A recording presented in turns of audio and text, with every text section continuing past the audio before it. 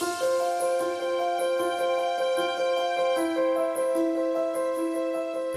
I'm Mitra Wicks. I'm here at the African Summer Festival 2017 with Millennium TV and the Africa Centre. Join me as I take a journey through the festival experience right here in the heart of London.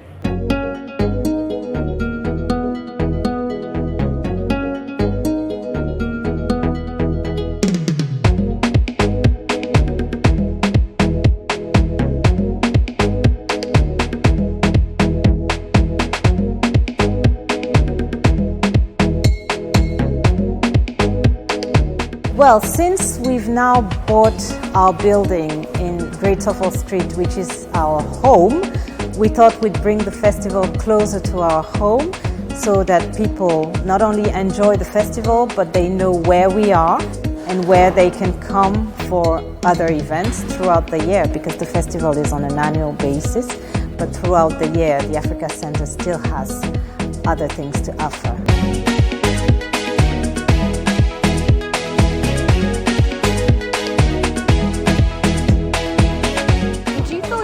African heritage has influenced your music? 100%. So obviously my parents are African, so I grew up listening to African music. I grew up listening to the beats and the vibes and the energy. I think the energy is what I've taken from like my African side.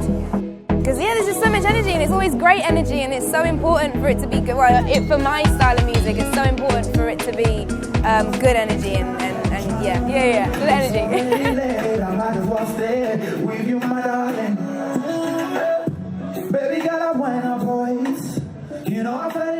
I come from a very R&B sort of grassroots sound, because R&B is the music I've always aspired to. But I mean, being African, growing up listening to African music, growing up in a household where that's all they listen to, and then being influenced by, you know, UK, British music, I think over the years I've sort of just adapted to it, and as I found my sound, I found that I've been able to incorporate everything that has influenced me as a young person into my music, and right now I'm just having fun with it. My music and this message is really just about staying true to me. Yeah, I started making music in the era of grime, and that's what taught me how to make music. But I think now my music's definitely taking on a journey, you know, an alternative journey of just kind of the sounds that I want to bring out and the messages I want to say. And also what I represent and the kind of life I've lived is also valid, whether I'm in this scene or not in that scene. I think, you know, that will just cause so much conflict within yourself. So I just being me has been my biggest success.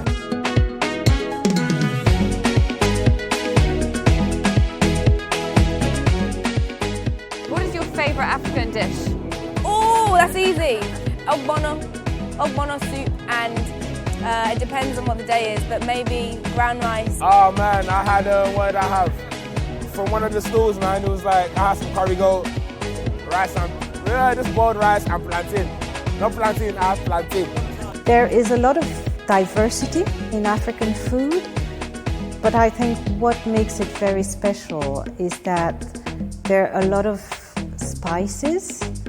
We're not talking about hot food, but we're talking about spices and different tastes, and it's actually very elaborate. African fashion to me is extremely important, extremely because it is beautiful, it is vibrant, and as an African, I love wearing, you know, our clothes. How much do you embrace African fashion in your daily life?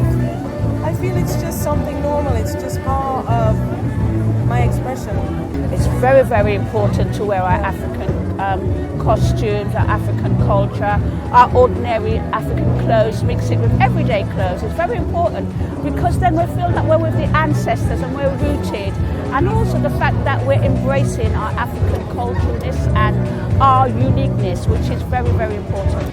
But I've always been like influenced by these fabrics. I've grown around these fabrics, but it's a nice time now because people are more comfortable wearing these fabrics. Whereas, you know, for my generation, it wasn't always that. You'd wear it if you went to a party, you know. But now it's something that's celebrated, you know. It can always get better, it can always get diverse, and that's where the future keeps coming from. So, how would you find the generation of African children that were born here? Do you feel they're in touch with their culture? I feel most of them are, and those who weren't are finding a place to connect or reconnect, to meet others like them. And this is one of the reasons why we have the Black British stage this year. This is one of the reasons why we have the Young Africa Center stage. We want people to connect with their culture, to find Africa here, and to get back to their roots while still being totally British.